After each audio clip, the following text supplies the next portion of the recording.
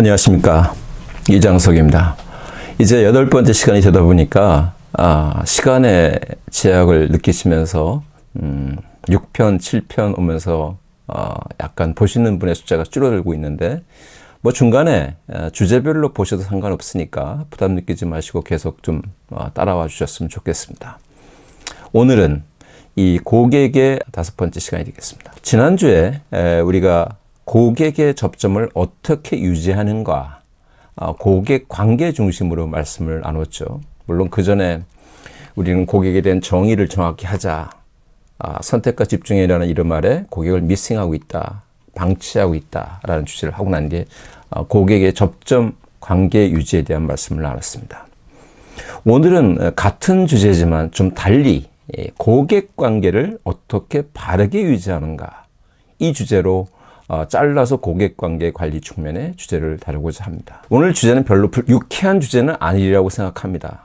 들으시면서 특히나 영업의 자부심을 가지고 임하고 계신 많은 분들이 부정적인 시각이 아닌가 하는 그런 걱정을 하시는 분도 계시겠지만, 저희가 지금 돌아보는 것은 우리가 경계해야 될 영역을 말씀드리는 거 생각하고 같이 고민해 주셨으면 좋겠습니다. 고객관계 하면 우리는 어떤 생각이 먼저 떠오릅니까?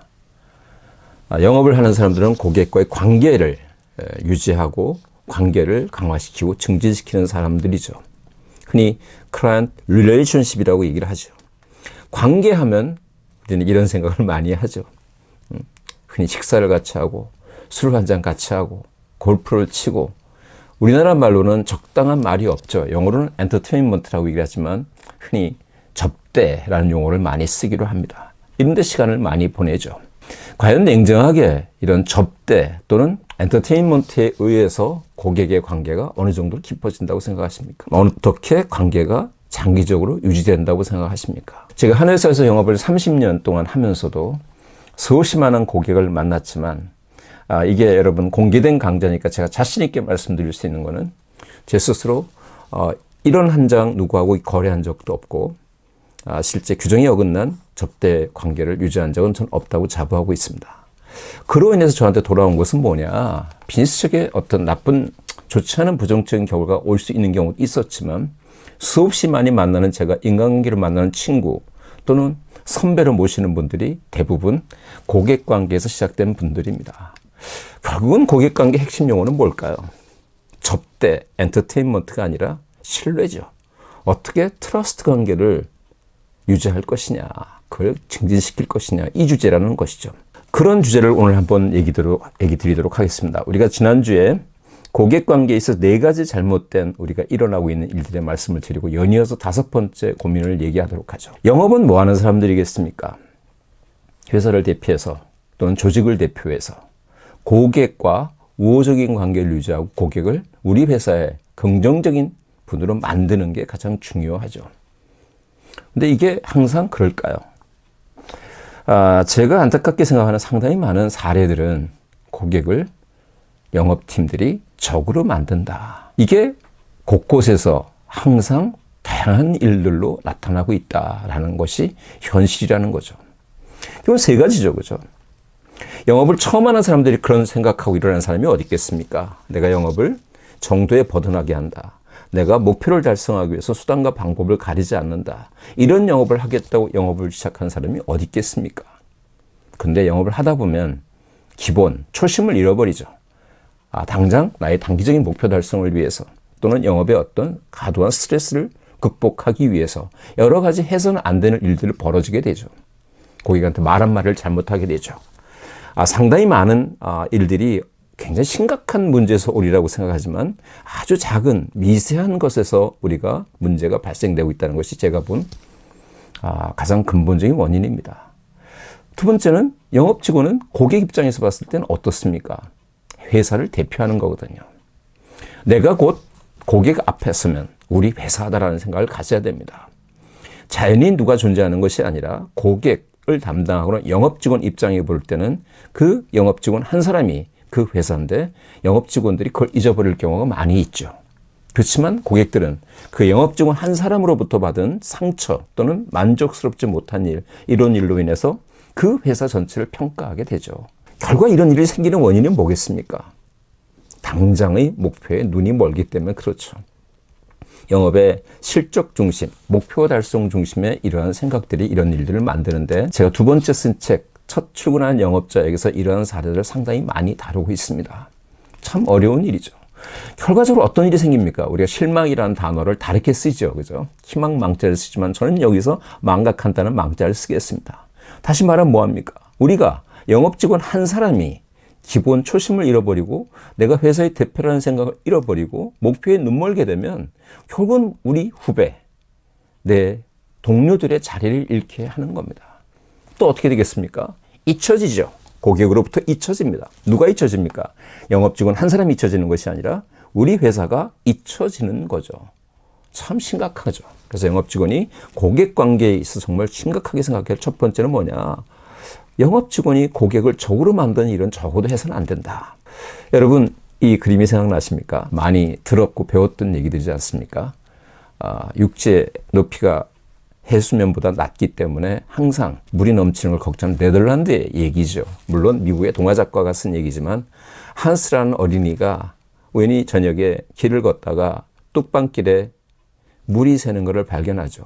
처음엔 손가락을 집어넣어서 막다가 나중에는 점점 균열이 커지면서 팔뚝으로 막다가 결국은 온몸으로 막으면서 그 어린이는 죽고 말죠. 그렇지만 그 어린이가 죽어서 결국은 그 마을 전체가 물에 덮이는 일을 막았다는 일 기억하십니까? 이 어린이가 누굽니까? 사실 영업직원이거든요. 회사가 아무리 고객한테 실수를 저질러도, 회사가 아무리 제품의 경쟁력이 떨어져도 고객은 직원을 보고 결정하거든요.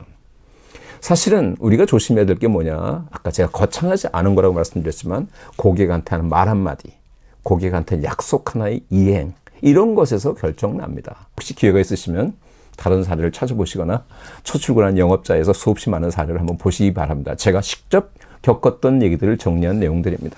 이건 여러분들 잘 아시겠지만 노자의 도덕경에 나오는 말씀입니다. 나라를 다스린다는 게 치대국, 큰 나라를 다스리는 것이 뭐냐? 약팽소선이다. 작은 생선 한 마리를 굽는 것과 똑같다라는 겁니다. 우리가 거창하게 기업, 미래, 전략, 성장, 성공을 얘기하지만 그 모든 시작은 뭐냐? 고객 접점에 있는 우리 영업직원들이 고객관계에 있어서의 말 한마디, 기본을 지킨다. 내가 회사라는 사실을 잊지 않는다. 단기 목표에 결코 나의 양심을 팔지 않는다. 이것이 되었을 때 가능합니다. 저는 3심이라고 얘기합니다. 초심을 잃지 말자. 영업 시작할 때, 직장생활 처음 시작할 때 우리가 생각했던 마음. 그렇죠? 우리가 인간으로 버려서는 안 될, 자연인으로서 버려서는 안 될 양심. 그 다음에 나의 가치관을 끝까지 지키는 중심. 이 세 가지가 지켜지면 적어도 고객으로부터 영업직원이 우리 회사를 적으로 만드는 일은 생기지 않을 것이다. 라는 게 제가 첫 번째 고객관계에 우리가 경계해야 될 주제로 말씀을 드립니다. 이제 엔터테인먼트에 대해서 말씀을 나누죠. 접대. 참 불쾌한 용어죠. 접대라는 말이 뭡니까? 남을 시중들다는 얘기 아닙니까? 우리가 영업직원이 고객을 시중드는 사람들은 아니지요. 영어로는 다인 앤 와인이라고 얘기를 하죠. 밥 먹고 와인 한 잔 마시는 것까지를 이제 엔터테인이라는 용어의 범주 안에 집어넣죠. 그래서 식사와 반주, 우리나라 말로 이 정도까지가 접대의 적당한 선이 아닌가라는 엔터테인먼트라는 용어의 정의가 참 재밌게 되어 있습니다. 그렇지만 그렇습니까? 제가 만나는 고객 중에 한 분이 국내 어떤 특정 세그먼트의 독보적인 지위를 갖고 있는 CEO 한 분과 대화를 하다가 제가 질문을 했습니다. 사장님 고객이 만만치 않은 고객들인데 어떻게 이렇게 시장을 확보할 수 있고 경쟁 우위 자리를 유지할 수 있습니까? 고객에 대한 접대 문제는 어떻게 해결하십니까? 그랬더니 그 CEO가 저한테 한 말입니다. 한번 읽어보시죠. 우리 회사는 고객들한테 접대를 하지 않습니다. 우리가 접대를 할 필요가 있는 것이 아니라 고객은 우리 직원이, 우리 전문가가 고객 앞에 나타나서 자기들을 도와주는 것 자체가 가장 중요한 가치고 접대라고 생각하기 때문에 그런 일은 필요 없습니다. 그래서 우리는 밥 한 끼 정도 같이 먹는 정도 이렇게 되지 그런 건 하지 않습니다. 여러분들 생각하시면 그게 뭐 있을 수 있는 일이냐. 한두 개의 회사의 얘기지. 물론 그렇습니다. 한 3년 전인가요? 3년 반 전에 어떤 새롭게 회사를 창업한 CEO가 저를 찾아왔습니다. 그래서 저와 같이 영업에 대한 멘토링을 하면서 그 CEO가 한 3번째 만났을 때 저한테 했던 질문입니다. 대표님, 지금 제가 고민이 있습니다. 저와 같이 동업한 영업본부장이 랑 같이 비즈니스를 하고 있는데 큰 프로젝트의 마무리 단계에 와 있습니다. 근데 고객과 계약을 하기 전에 이 접대 문제에 있어서 충돌이 벌어지고 있습니다. 저는 대표님 책에 첫 출근한 영업자를 읽고 절대로 접대에 대한 기준을 그렇게 잡고 있는데 영업본부장은 비즈니스를 클로징하기 위해서는 고객이 원하는 수준의 접대를 해야 된다라는 문제로 요새 설전을 벌이고 있습니다. 어떻게 생각하십니까? 뭐라고 대답했겠습니까? 어렵겠지만 진 대표의 생각대로 하십시오. 비즈니스를 깨먹더라도 선을 지키십시오. 그래서 비즈니스는 잃을지 모르지만 진 대표의 회사는 그 밸류를, 그에 대한 평판을 유지해 갈 수 있습니다. 그러다 보면 장기적으로는 비즈니스를 가져올 수 있습니다. 또 하나가 이 대표가 저에게 두 번째 질문한 게 여기 있는 겁니다. 대표님, 적정 접대비 기준은 어떻게 정하면 되겠습니까? 1인당 얼마로 정해야 됩니까? 월 얼마로 정해야 됩니까? 건당 얼마로 정해야 되겠습니까? 여러분 똑같은 고민을 하고 계시죠? 저도 현직에 있을 때 이건 굉장히 중요한 주제였죠. 제가 이분한테 말씀드린 것은 금액의 기준을 정하는 것은 어느 정도의 가이드라인을 제시한다는 데서 의미가 있겠지만 그것이 전부는 아니다. 핵심은 영업 직원들이 접대를 내 돈으로 생각하고 나의 양심에 꺼리낌이 없이 적정선에 쓸 수 있는 문화가 중요하다. 제 첫 출근한 영업자의 접대에 대한 10가지의 잘못된 것들에 대한 정리한 게 여기 나온 쭉 내용입니다. 한번 보시죠. 참 아픈 얘기지만 사실입니다. 접대는 습관입니다. 안 하는 사람은요, 안 합니다. 과도하게 쓰는 사람은 계속 과도하게 씁니다. 뭐 극렬하게 제가 마약이라고도 용어를 썼지만 정말 그렇습니다. 그래서 접대는 선배가 그렇게 하면 그 후배가 배우게 되고 그 후배가 또 그 후배에게 전해줍니다. 그래서 후배에게 독약을 먹이게 하는 겁니다. 이거는 문화입니다. 쭉 읽어보시죠. 스스로를 추하게 만들기도 하고요. 접대에서 비즈니스를 이길 수 있지만 지속될 수는 없습니다. 접대를 하면 그거는 우리만 아는 일이 아니요. 다 압니다. 경쟁자도 알고요. A라는 회사의 어떤 부서는 어떻게 접대를 한다. 다 압니다. 업계 평판이 퍼집니다. 회사를 망하게 할 수가 있습니다. 가장 심각한 주제는 뭔지 아십니까? 잘못된 접대로 우리의 가장 소중한 고객을 망치게 할 수가 있습니다. 고객이 자리를 잊어버리게 할 수가 있습니다. 자기 합리화를 하면 안 됩니다. 어쩔 수 없었다. 이거는 남들이 하니까 비즈니스를 이기기 위해서는 이러한 합리화는 정말 잘못된 거다. 그죠? 결국 범죄다. 최대의 피해자는 누구였습니까? 회사도 아니고 고객도 아니고 스스로가 황폐해지는 겁니다. 잘못된 접대는 결국은 나, 고객, 우리 회사 모두를 망친다. 접대를 우리보단 조금 다른 각도지만 글로벌 관점에서 한번 보여주기 위해 제가 차트를 준비했습니다. FCPA죠. 미국에서 1979년도에 해외 부패방지법이라는 법을 만들고 적용하고 있습니다. 원래는 미국에서 미국 공무원들 또는 그와 관련된 비즈니스에 국한되다가 이제는 OECD 국가 전체에 넓어지고 공공 부분에서 민간까지 넓어지고 있는 상태입니다. 첫 번째 우리가 가슴 아프게 생각하는 많은 주제들이 있는데 지멘스 사례입니다.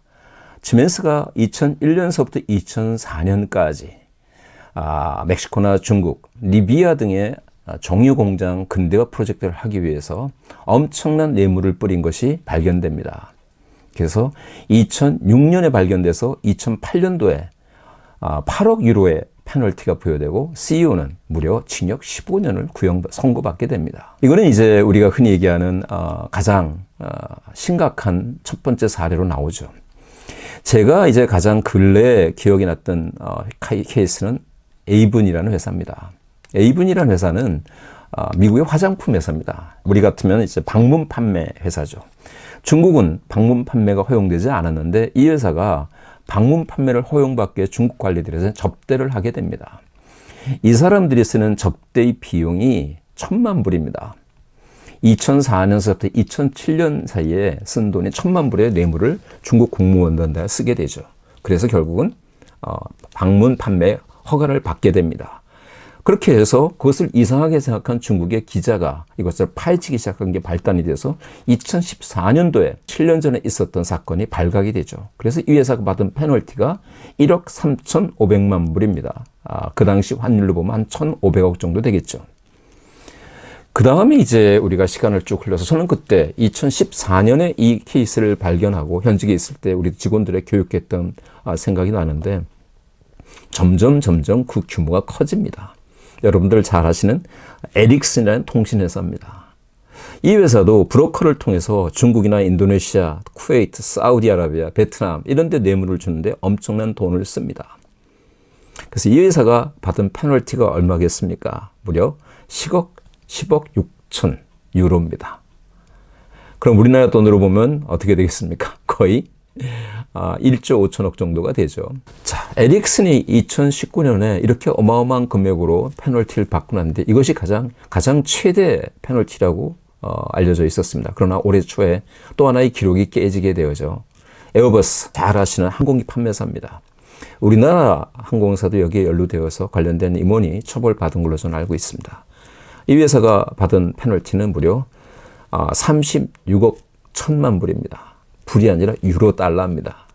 4조가 넘죠. 페널티입니다, 여러분. 접대를 잘못함으로써 받은 기업의 페널티입니다. 여러분, 4조 페널티 받고 벌금 내고 이들이 어떻게 살아남을 수 있을까요? 너무 딱딱한 얘기를 했으니까 재밌는 얘기를 하나 하죠. 제가 2014년도에 실제 있었던 거고 제가 두 번째 세계에서 많이 소개하고 있는 사례들입니다. 여러분들도 마찬가지 연금 얘기를 하고 있기 때문에 연금을 담당하고 있는 보험 설계사가 저희 회사를 찾아와서 저하고 첫 번째 상견례를 하고 난 뒤에 제가 회의에 쫓겨서 짧은 시간에 헤어져서 다음에 만나기라고 헤어진 적이 있었죠.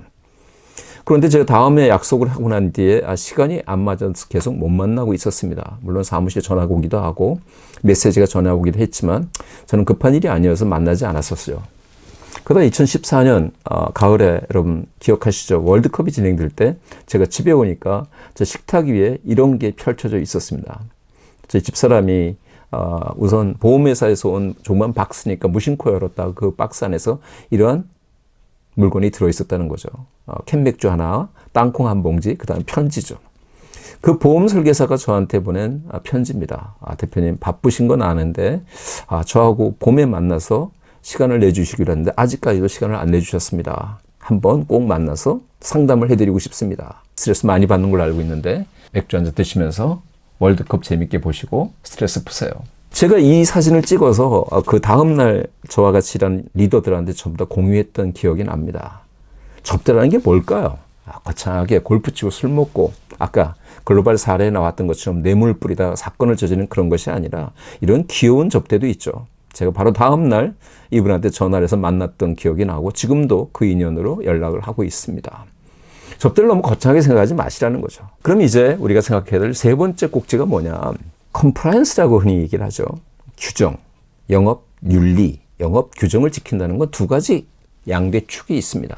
이제까지 얘기됐던 접대나 담합 금지 이런 거 공정거래와 관련된 부분이 있겠고 두 번째는 정보의 투명성에 대한 주제가 있습니다. 여러분 기억나시나요? 2001년도에 전 세계를 떠들썩하게 만들었던 사건이 있었죠. 엔론입니다. 1996년서부터 2001년까지 미국에서 가장 혁신적인 기업으로 포춘지에 선정된 기업입니다. 텍사스에서만 직원이 2만 명 있었죠. 엄청난 기업입니다. 이 기업이 결국은 이렇게 커졌던 배경이 분식회계에서 가능했다는 것이 드러나면서 파산하게 되죠. 그로 인해서 엔론 사태가 나오고 엔론은 엄청난 반향을 일으켰습니다. 그 뒤에 그래서 이제 엔론 as it is라고 해서 엔로니티스 해서 엔론과 같이 분식회계를 하는 기업들이 많이 나왔죠. 그 다음에 월드컴도 나왔고요. 지금도 분식회계로 많은 기업들이 문제의 도마 위에 오르고 있습니다. 상도라는 드라마를 기억하십니까? 2000년도에 최인호 선생이 쓴 소설이죠. 우리나라에서는 2003년에 드라마에 나오기도 했는데 거기에 의주만상 임상옥 선생이 마지막에 은퇴를 하실 때 석숭 스님이 준 계영배 얘기가 나오게 되죠. 계영배는 뭡니까? 70% 이상 물이 차면 잔이 넘친다는 거죠. 물이 넘쳐서 잔이 물이 흘러내린다는 거죠. 가장 경계해야 되는 게 뭐냐? 제가 세 번째 말씀드린 것은 모든 기업들이 우리가 지금 잘 나가고 있을 때 조심해야 된다. 아까 컴플라이언스라는 말씀을 드릴 때 공정거래, 정보의 투명성, 이 두 가지 측면의 모든 거에 모든 문제들이 나오는 것은 보시는 것처럼 글로벌의 모든 잘 나가는 기업들이 한창 좋을 때 터지게 됩니다. 엔론도 마찬가지죠.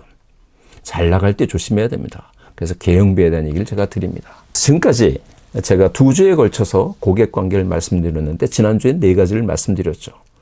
평소에는 전혀 신경을 쓰고 있지 않다가 때 되면 찾아가는 영업하지 말아라. 실무자는 무시하고 의사결정자만 찾아다니는 영업하지 말아달라. 우리가 얘기하는 뉴 클라이언트, 뉴 바이어를 분명히 구분하고 그냥 맹목적으로 구호만 머물지 말아라. 마지막, 계획만 짜지 말고 실행하고 평가해라 라는 말씀을 드렸었고, 이제 오늘 3가지 주제를 다시 정리하면 영업 현장에서 우리는 고객을 적으로 만들고 있다. 적을 만드는 것보다도 백투 베이직 하는 게 맞다. 다시 돌아가면 우리는 초심으로 돌아가고 양심을 회복하고 중심을 찾아야 된다. 이 말씀을 드렸고, 우리는 잘못된 접대 관행, 잘못된 관행에 우리 스스로 자기 합리화를 하면서 둔감하다. 이걸 돌아가서 다시 한번 다르게 생각해야 된다. 하던 대로 하는 것이 아니라 바르게 하는 것이 중요하다는 말씀을 드렸고, 마지막에 비즈니스는 잘 나갈 때 조심해야 된다. 컴플라이언스의 2가지 측면, 공정거래, 정보의 투명성, 이 2가지가 항상 조심해야 된다. 지난주에 말씀드렸던 4가지는 고객, 우리 영업의 미래이기 때문에 영업의 미래를 확보하는 고객관계 측면에서 프렌 도시를 강조드린 거고서, 오늘 말씀드린 것은 뭐냐. 영업 윤리는 고객관계에 있어서 기본은 우리 기업의 생존의 주제다. 굉장히 어려운 주제죠. 아무리 고객관계를 열심히 잘 해도 한 사람이 기업의 규정을 위반하거나 해서는 안 되는 일을 했을 때 얼마나 심각한 주제가 오는가 하는 사례를 몇 가지 말씀드리면서 좀 무거운 주제를 다루었습니다. 다시 한번 제가 여러분들과 오늘 나누는 주제들에 대한 복잡성과 심각성을 상기드리면서 마무리되도록 하겠습니다. 다음 주에는 이제 고객 정보를 어떻게 쌓아갈 것인가, 우리는 고객 정보를 과연 쌓고 있는가, 고객 정보는 무엇이고 어떻게 쌓아가는 게 맞는가라는 주제를 다루겠습니다. 이것이 이제 고객 정보의 전략적 활용이라는 측면에서 봤을 때 시발점이 되어지리라고 보여집니다. 오늘 조금 길게 진행되고 좀 어두운 주제지만 여러분께 도움이 되었으면 좋겠습니다. 다음 주에 다시 뵙겠습니다. 감사합니다.